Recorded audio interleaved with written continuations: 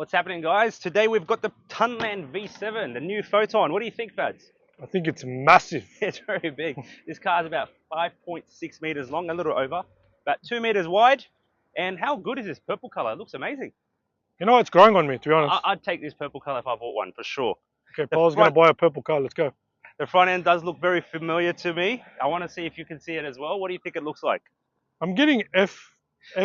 Like an F-150, yeah. It looks very similar. If you go for the V9, it does look a bit more like a Ram. I'll show you right after this. But yeah, this one's been blacked out. It's got the blacked out chrome parts of the grille, the badge.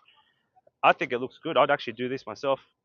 But let's get into it, guys. It's 120 kilowatts. This is a Cummins built motor. It comes with a German gearbox and 350 newton meters of torque, guys. This is supposed to be pushing 3.5 tons and towing that easily. So for a 2-liter diesel hybrid motor, that doesn't sound too bad at all. Tell the viewers where it's made. Chinese built car, guys. Another Chinese built truck. Can you believe it? However, I will say this is probably the best looking one. I'm not trying to sell it to anyone, but I think anyone that's watching this will agree. This is a very nice looking truck. Moving on to the side, guys. This thing comes standard with 360 camera. And the best part, guys, this starts at $44,000 drive away. No. Yeah, this big. Yeah. The wheels, this is 18-inch wheels. They're black chrome. This is standard, how it comes with giddy tires. On the side, this has been blacked out as well. I believe it's chrome normally. Big mirrors. 360 camera is standard with this car with blind spot sensoring. If you go for the V9, which is the next model up, we'll give you foldable mirrors as well. You've got keyless entry on every single door, which is pretty cool. And you can actually lock and unlock the car from any door. So from the front, the back. Wow, so even... Yeah. So back doors, keyless entry. Yes. Insane. And this, keep in mind, guys, this black bit is normally chrome. Yeah. Side steps, pretty simple. Moving on to the back. I don't know how I feel about this 4x4 sticker. I'll definitely probably take that off, actually. I don't know how I feel about it at all. Soft opening rear tailgate. I don't know why that's so satisfying. Arm day. Love it. Yeah. Anyways, huge tray. You've got this tub liner. So that's all standard. Tub liner standard. As you see, this car, this is a standard 4x4. It does come in a 4x2 variant, which has the exact same features. The main complaint people have about this car, guys, it's 120 kilowatts. It does say 3.5 ton towing capacity and it's 450 newton meters of torque. So I don't know. I feel like you got to really drive it first to experience it. So look-wise, at least, it's definitely on par with all the good trucks out there. Plenty of space in the back seats. Let's have a look as well. Oh, it's a bit hot. Got the diamond stitching seats. That's all round. This is standard, so it depends on whatever model you get. The interior is identical. Obviously, the features are a little different. And you can see, got plenty of room. It's very wide. It's massive. Look how much room you got. You've got actually in the V7s you don't have it, but in the V9s you've got a power outlet here, USBs, heated seats as well. Heated seats in the back? Yeah, not in this one, but in the V9. Yeah. Now this and the V9 have the exact same layout, the exact same screen setup, and the exact same basically layout with the seats and everything. The only difference is it's got the sunroof, the wireless charging, electric seats, lumbar support, heated and cooled seats that this misses out on. So that's the differences. Cooling seats right now would be amazing. I need those cooling seats. It's a hot summer's day here in Sydney. Now we've got a digital display in front of us, which is pretty cool. I have to say it's well laid out. And funny thing about this is it's actually got a privacy screen. So if you're a passenger, you can't actually see what's on the display unless you're right in front of it, which is interesting. Like, I don't know, it's like, what are you trying to keep secret? Like, don't see how fast I'm driving. Like, don't worry, I got this. So the missus can't fight with you. Yeah, exactly. She can't see how fast you're going. This is a 14.6-inch display here, actually. This is 12.3 here. And, yeah, you can actually customize it quite a bit. So there's different layouts you can do on this. You can change it between different systems, which I'll show you. Oh, I can see now. And you've got a nice finish here. I do like how it's just very laid out. It makes the place look large, like a very nice interior. It doesn't look like it's there's too much happening, if that makes sense. The screen here is probably a bit... it's probably just about the right size. I don't think it's too big. I don't think it's too small. And I like that it's not like coming up or anything like that. It's kind of laid out nice there. It's still got plenty of room for the air vents. And it's still got a nice finishing on the extra buttons that you have, all the physical buttons if you need that too. A lot of people don't want to lose all their buttons, Fads. I don't know if you've noticed, but people do still like their buttons. Like people complain with the Teslas, everything's on the screen. But let's talk about what's in here. Do I think it's the nicest system I've ever used or the most smooth? Probably not. But it is the best word to describe it's functional. And at 44 grand for one of these things, I don't think you can complain, guys. Apple CarPlay, Android Auto, are both wireless, and they are both full screen. So that actually shows you the whole thing. There's no distortion as well. It's got an inbuilt dash cam, which is probably one of my favorite random features in this car. So you can actually record. Oh, you put a SD card in it, and it should record it. Records all aspects of the car, like all angles. So everyone nowadays, when they're buying new cars, I'm pretty sure like most people buy dash cams. This kind of takes that away. So you save about $1,000 there, right? For a decent dash cam, that's what it costs. Climate control and then all the extra stuff's pretty simple. It's around vehicle monitor. Let's see what this does. Oh, just the camera. 2D. You've got 3D as well. Do I think it's the best camera? No. It's a bit pixelated. For 44 grand, you cannot complain. It's a bit pixelated, but it does the job. Yeah, you can't complain for all the money. Like once again, guys, like yeah, you can see it there. It's not bad. Like I can't complain too much. Like it's really for the money. It just anyone that makes any argument towards this car, you just kind of just say yeah, but it's for the money. Like for a Ram or a F-150 or something that's similar size, you're spending 100 grand for a Raptor at least.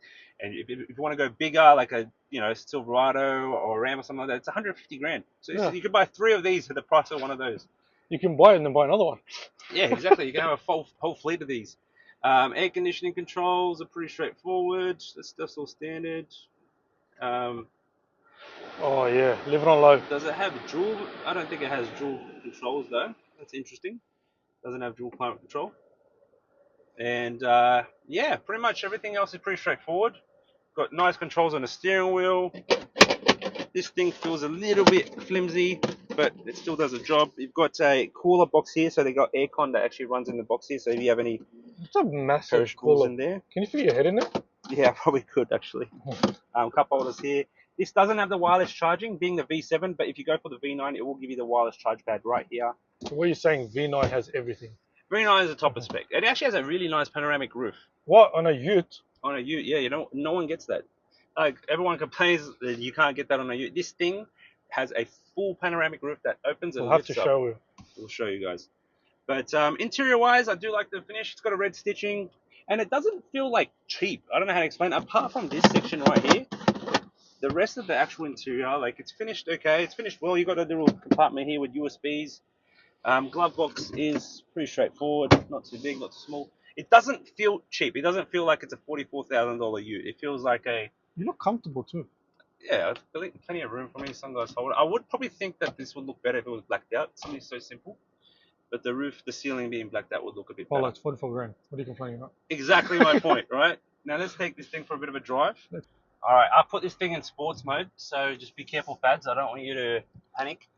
We're going to be going and driving hard, alright? Oh, my ego's my back. Yeah. Okay, well, I'll calm down. See that? It's only a hybrid.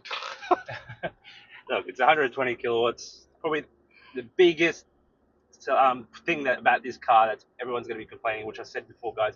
It's underpowered. Oh, it's not got much power. 120 kilowatts. What am I going to do with it? Let me tell you something, Fads. If they had another version of this with a V8 motor, but they were going to charge you 10 grand more, I promise you people aren't going to buy it. They're going to still buy this with it. Am I right? It's true. Everyone's saying, oh, I want a V8, I want a power. Okay, mate, but do you want something that's going to actually have some decent fuel economy? Spend $100 a week on fuel, or would you rather spend $300? Spend nothing. Whatever it is, yeah. I personally would pick this. Like, I would just go, get me something that's a bit more fuel efficient. I'm not trying to race people. It's got a bit of towing capacity, 3.5 ton. Even if it's not going to push that easily, surely it's going to push 2 ton, 2.5 ton half decently, right? Yeah. The interior is very nice. It's got ambient lighting as well, which is something I forgot to mention before. You pick up a chick in this, she's going to be impressed. Am I right, Faz? Have you tried that already, Paula? No, yeah, I haven't taken one home. But think about it. If you pull up in this car, big as you, like, it looks good. It drives alright. It drives nice. You know what? If you debadge it, you will not know what car this is. Mate, it doesn't matter. Like, I would rather buy this than $150,000 That's what I mean. Silverado. Yeah. And then, for what? To spend an extra $300 on fuel every time I fill up. You're right. Where can you get a car like this for under 50 grand? You can't beat it. I'd black it out, put some black tints on it, dark tints. I'll probably even go, actually the purple, I'd go purple. It looks pretty sick. You love this purple. It's a sick car. How are you feeling? So now you can feel you're giving it a little bit and then I backing can feel it correcting itself. I don't know if that's something I can turn off? I think it is. It's a bit annoying. I'm not gonna lie. It just kind of like keeps like pushing me back in. Like I know how to drive. Like lane assist? Yeah, lane Is that what assist, it is? but it's like super aggressive. Oh, you Oh. can actually adjust it. Okay. I think I've got it on the high setting. And it looks like your steering wheel is quite light. Very light steering wheel. You don't feel like you're in a big car. But it is a big car. Like It is massive. I got a lot of room back here. It's bigger than a Raptor. This is larger than your Raptor, which everyone's like, Raptor. They got so much, everyone's crazy about the Raptors. This is bigger. Oh. And to be honest, I don't think it looks much worse. Like it looks probably the same level. It looks just as nice. Doesn't sound as good, obviously. The Raptors are the 6-cylinder petrols or whatever they are. This is a turbo diesel, which doesn't have the same kind of engine, but other than that, it still drives beautiful. But the funny thing is, on the diesel on that, you got not much diesel coming into the cabin space. The sound. Turning circle is actually alright. See that? Yeah, that wasn't bad. It was light. Are you ready for this, Fads? Yeah, followed. Oh, look at it. Oh. Mate. Felt that G-force. I know, mate. Shit, man. I've Gotta slow down there. Yeah, I've got to slow down. You really like roundabouts, don't you? Hey, look, we're on a test drive. What does it mean? We're testing out the car. Haven't connected the CarPlay. The stereo system is alright. I wouldn't be bragging about it, I'm not going to lie. But other than that, guys, the interior is just functional. So I think it's a cool car. Now, what do you think? Would you, based on the price, would you buy one, Fads? Look, based on the price, based on what I'm looking at, based on the quality I'm touching right now, sitting in it, driving, I'm about like a solid probably 7.7 out of 10. But would you buy one is a real question. Do you know what? Honestly, I don't see why not. For the price, like, come on, 44 grand. 7 year warranty, let's not forget, 7-year unlimited kilometer warranty. It's crazy. It's insane. Like, look, everyone complains that a resale might not be that good, but at 44 grand, even if you sell it for 20 grand in 2-3 years, or let's say 4 years, 5 years, surely it's still worth 20 grand, right? Yeah. At the least, this thing with 40-50,000 Ks is going to be worth 20 something. But you're just seeing like what's coming into the market now. It's insane. Like these cars have just come out into Australia and people have gone. Chinese are definitely taking over. You can go buy this, or you can buy a Hilux Rogue for 80-90 grand. What are you going to pick? It's hard. It's a hard choice. It is. We can buy two of these or one Hilux nowadays. Yeah. So, anyways, that's pretty much wrap it up for the video, guys. I will say that I think it's good value for money. Would I personally buy one? I don't need it, so no. But if I was in the market for a ute, this would probably be definitely a top contender. Yeah. All right. Till next time, guys. Thanks again, guys. Thanks for watching. Subscribe, like, and share. All right, Polly. Can you stop going around roundabouts, please? All right.